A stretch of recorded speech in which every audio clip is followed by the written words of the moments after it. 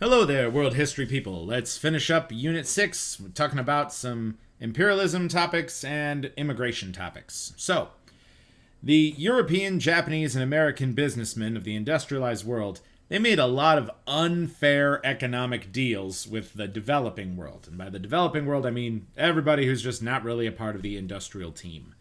This was sort of one-way mercantilism, and many of these side deals were just these non-industrialized countries got screwed. China officially called them the unequal treaties. I should probably purple that word. And they were forced to cede land, resources, trade rights to industrialized nations.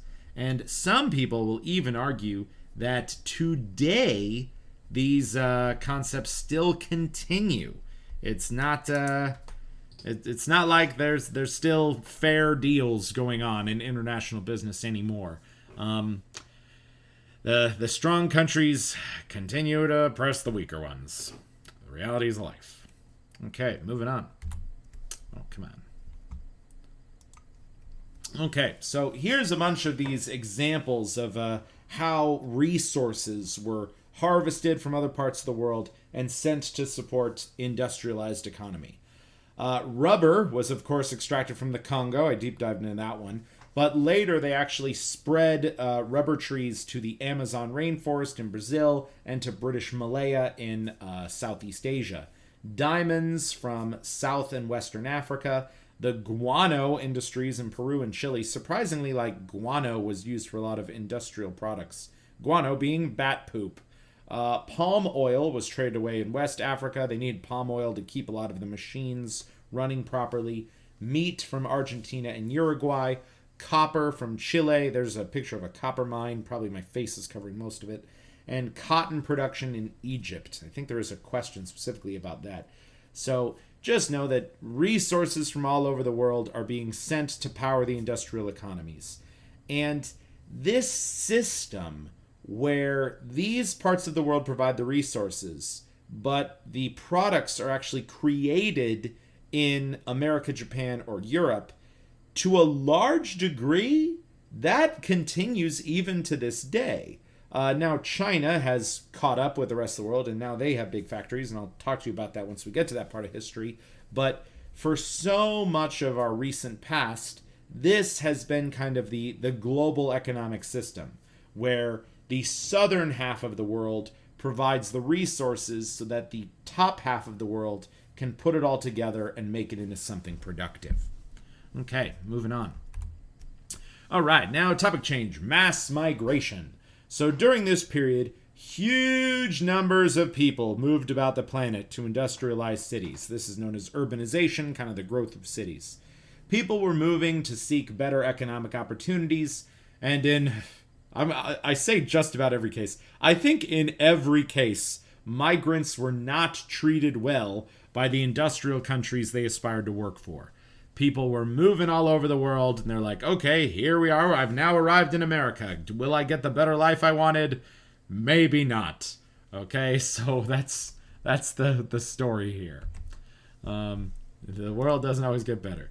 Okay, so yeah, human geo-knowledge. What? So migrants tended to be male. That's something you should just know. Most of the people moving around the world were dudes. And migrants often created what are known as ethnic enclaves. Kind of like migrants all from the same part of the world would go to a major city such as New York, San Francisco, London, Paris, and they would set up kind of their own community within that city, and they would all live really close together. And that just makes sense. You know, you want to have some semblance of your old culture when you move to a new one. And like when I moved to South Korea, I lived in this apartment building, and I think the apartment building was like half Koreans and half foreigners like me. And I thought that was super cool because I knew some other people in Korea who were living in an apartment full of Koreans. And they're just like, I have no one to talk to. No one speaks my language. But I was really lucky, and I was like hanging out with the Irish girls on Monday, and then hanging out with the Atlanta girls on Tuesday, and then hanging out with the Canadian guys on Friday. What up, Canadian guys? So it was kind of fun. But anyway, so what are these examples of ethnic enclaves? You'd see them in Chinatown, in Little Italy. Here in North Vegas, we've got a whole lot of Hispanics in North Vegas. Here in Vegas, Chinatown is Spring Mountain Road. We don't really have a Little Italy in Vegas, but I know there's a really famous Little Italy in San Diego. I know there's a famous Chinatown in New York City and in San Francisco. So whenever you do go to some of these major cities in the world and you see like, oh, hey, look, this is a unique cultural enclave in this city, well, it was probably established way back in the late 1800s. And the reality is, a lot of the receiving societies usually racist against these immigrants and saw these foreigners as competitors to their wages. And a whole lot of that is true in American history, especially. Okay. So here's some notable ethnic enclaves. The country of Singapore, which is at the very bottom tip of Southeast Asia, had massive Chinese immigration. Like, holy cow, so many people from China moved to Singapore. So much so that Singapore today is 76% ancestrally Chinese. It's like, wow, like China, you sort of think like, doesn't that mean China like colonized Singapore? But no, Singapore was owned by the British, and the British were just like, hey, we need more workers, and a lot of those workers ended up coming from China. And one of my really good friends in college, he grew up in Singapore, and he told me that they have this special language in China, or in China. See, I've already went up myself. They have this special language in Singapore called Singlish, and he's fluent in it, and it's kind of this broken, weird combination of Chinese and English together. And I mean, everybody in Singapore knows it's like a kind of fake language, but everyone can also speak it, which is funny. Italians, they came to the United States and to Argentina and Chile and South America in huge numbers. Like, a lot of Italians just wanted to get out of Italy, I guess. Guyana in South America is 40% from India. That's probably something a lot of you kids didn't know. So, like, this picture right here of all these, India girls, they're living in Guyana. And Guyana is one of their major religions is Hinduism. You probably didn't think Hindus were in South America, but they're moving all over the world during this time. And this is the big theme I want to say, because I think at the very beginning of this class, I told you that multiracial families and weren't very common, and that kind of each part of the world had pretty clear racial divisions. But all the movement that started happening at the end of the 1800s is now just going to really throw the concepts of racially identifiable zones of the world totally on its head. The world is going to be a much more mixed racial place than ever before. And this trend will only grow and grow even more rapidly once we get after the year 1960. Because once we get after the year 1960, then just immigration is going to be so much more free-flowing than at any further or any previous point in world history. Okay, moving on. So out of all the experiences of immigrants, and look, like I could talk about the experiences of Irish people moving to the United States. They had it really rough. Of Jewish people moving to the United States, they had it really rough. But the College Board wants me to pay special attention to the experiences of Chinese. So that's why there's kind of a lot of information here, but I mean, the College Board wants me to teach it, so got to do my job. Okay, so Chinese citizens knew that their country was being abused and mistreated. And a lot of them were like, hey, we don't like all the opium being used here. Our governments are collapsing. Our system just sucks. China used to be this super amazing productive country. Now it's just fallen down from grace. But China still had probably 1 billion people at this time.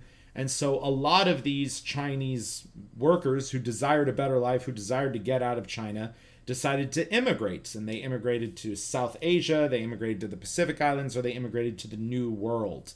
And there's actually a surprisingly large number of Chinese ancestry people in Mexico, in South America, and in some Caribbean islands. You wouldn't have expected that. But yeah, there were these special immigrant agents in China that helped people move to America and elsewhere called crimps. And by all accounts, these crimps generally were pretty low-class people. They were notorious for lying to the Chinese immigrants, for saying like, oh yeah, as soon as you get to California, the place is still filled with gold. So you'll just mine gold in California, and then you can come back to China in 3 years and be a rich man. But all of that was lies, okay? So it was a whole lot of this kind of human trafficking, close to kidnapping kind of stuff, because they were so deceitful. And the term that was used for so many of these Chinese immigrants, they were called coolies. I'm not entirely sure what that relates to, but it's definitely seen as a racist, derogatory term to this day. They did not receive the dreams of a better life. I think there's very few examples of Chinese people who really did end up following all the expectations they had when they moved to these other parts of the world. And many of these Chinese workers ended up as indentured laborers, typically in agricultural work, and they were treated very similarly to slave labor. Famously, here in the United States, when we were trying to build a railroad from California all the way to the East Coast, we started building the railroad in California, and whenever there was a really dangerous part of the railroad, the white workers refused to work, so they just said, okay, send in the Chinese workers to set the dynamite charges and blow them up, or set the Chinese workers to build the railroad bridges. So they're kind of not given the credit that they deserve, especially in American history, for what they did. Okay, moving on. Okay, and once again, more hatred on the Chinese. During this period, the United States was very anti-immigrant. The weird thing, too, is at different points in U.S. history, we sort of had different understandings of which immigrants we liked and which immigrants we didn't like. Like, here I've got this sign that says, "No Irish need apply." Well, I'm Irish, so I can't apply, I guess. Dang. But the USA was especially salty toward the Chinese. I mean, here's these two pictures right here. The Chinese must go. Here's Uncle Sam kicking a Chinese guy in the butt. And we actually made Chinese immigration illegal until the year 1965. I think we had some few exceptions, only if Chinese men didn't have the ability to make children of their own. So we had some really rude stuff there. And yeah, I've already mentioned Irish and Jewish immigrants were terribly mistreated. Here's a political cartoon saying that Uncle Sam thinks that Jewish immigrants smell bad. So it's just, it was a rough time to be an immigrant of certain ethnic groups. Racism was a thing. All right, moving on. Okay, and I think this is my last topic today. The White Australia policy. So Australia really doesn't get a lot of attention in world history. So here I am finally talking about Australia. Australia was largely empty when it was discovered by the British. And the British started sending people there as first a penal colony, but then they're like, oh, hey, there's actually some really good land in this one corner of Australia. So they set it up to be a settler colony.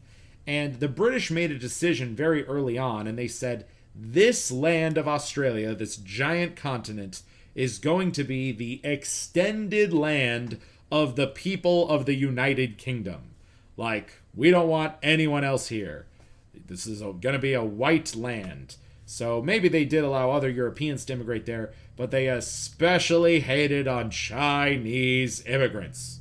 Okay, they made Chinese immigrants or Indian immigrants, really all Asian immigration, basically illegal with a few exceptions until the year 1966. Wow, pretty hardcore. And even when Australia became an independent country, and Australia had kind of varying levels of independence, but I'm pretty confident by the year 1950 they were largely fully independent. This was a policy that continued to get carried on by the people of Australia because they said, well, we don't want our labor unions to be potentially, like, we don't want our workers' wages to be undercut by immigrant labor. They didn't want immigrants to work for cheaper. So, and here's a quote by Prime Minister John Curtin.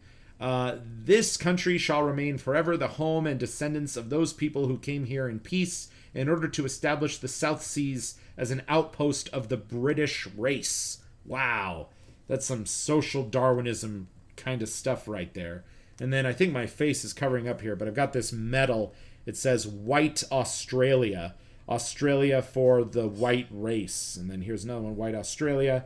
Here's this idea that Chinese are some kind of evil octopus people. And here's this vibe that Australia and the United Kingdom are connected together.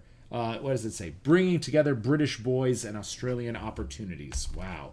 Keep Australia white. So racist. But today, my understanding is Australia is far less racist. And I know there's actually a pretty large Asian population in Australia today. I remember when I was in South Korea, I met this Korean girl, total Korean appearance and all that. And she started speaking English, and she had an Australian accent, and it like blew my mind. I was like, what? Like, how is that version of English coming out of your mouth? Like, I don't know. It was weird for me to think that, but I never thought that that the Australian accent could be anyone other than a white person. But it was largely because Australia restricted all ethnic groups other than white people from living there for the vast majority of their history, and they've only been open to other races of immigration in the last 60 years or so. All right.